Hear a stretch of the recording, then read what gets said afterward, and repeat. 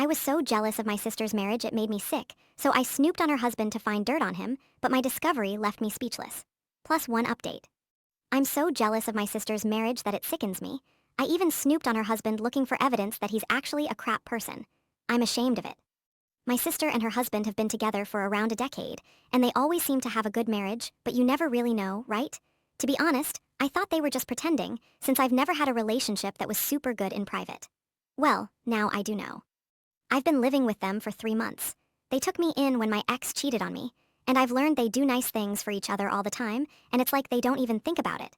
It's just natural for them. They're always bringing each other little presents. My ex called me shallow when I wanted him to give me even a cheap present for my birthday. Their eyes light up when they look at each other. My ex looked at me like I was a potato.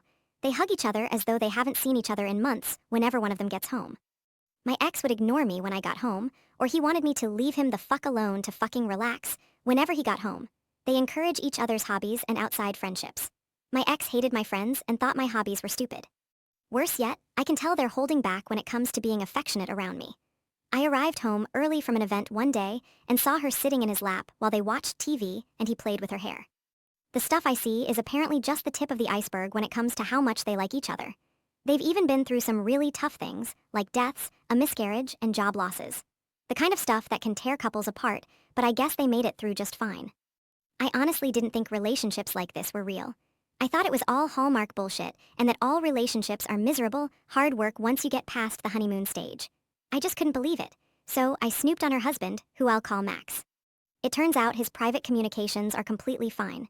He had conversations with female friends, but they were only platonic, and he even talked about how much he loves my sister, Sandra. After I did that, I felt extremely guilty about snooping, so I confessed, and they forgave me. My sister took me out for the day without Max and told me she'd been in shitty relationships before him, which I already knew. She thinks those experiences helped her learn how to spot red flags, so that she'd be available when the right person for her finally came along. She's also gone to therapy for a long time, and she says it helped her learn how to make healthy relationship choices and be a good partner. Then, Max and Sandra offered to pay for me to get therapy.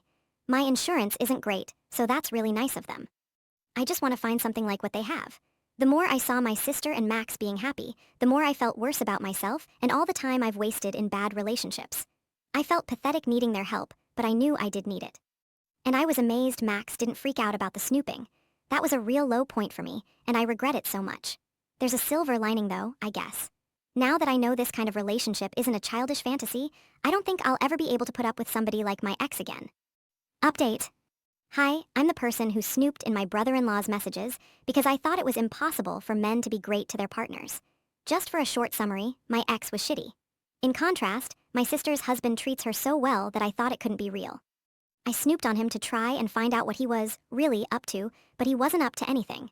I confessed after realizing how horrible I'd been, and my sister and her husband offered to get me therapy. So, here's what's happened since then. I started therapy very soon after my post.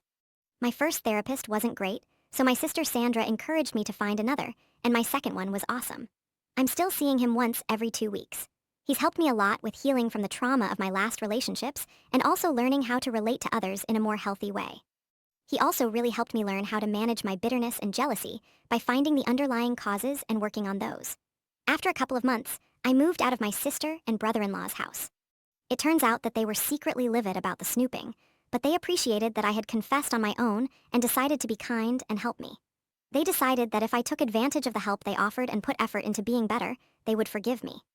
I didn't realize how close I was to making my sister go low contact with me. Thankfully, I did take their help. Now, I'm not upset seeing how loving my brother-in-law is to my sister anymore. I'm just happy for her. After I moved out, they became foster parents and are now in the process of adopting the little girl they've been fostering. They are literally the perfect people to be nurturing a traumatized child, and they're doing so great. The little girl, Maddie, is doing so much better than when she was first placed with them. She's an amazing girl, and they are all so lucky they've found each other. I've been single this whole time, and that was on purpose. A few months ago, though, I decided that I'd be open to dating again. I didn't want to actively do anything like use dating sites, but I decided I wouldn't purposely avoid dating anymore. A week ago, a guy I became friends with at an animal shelter I started volunteering at asked me out. I said yes. Our first date was great. He's very kind. He's the guy you go to if you need to calm down a traumatized, terrified animal. He cleans diarrhea-coated animal carriers without any complaint. My sister approves of him, and he's very funny too. So that's the update.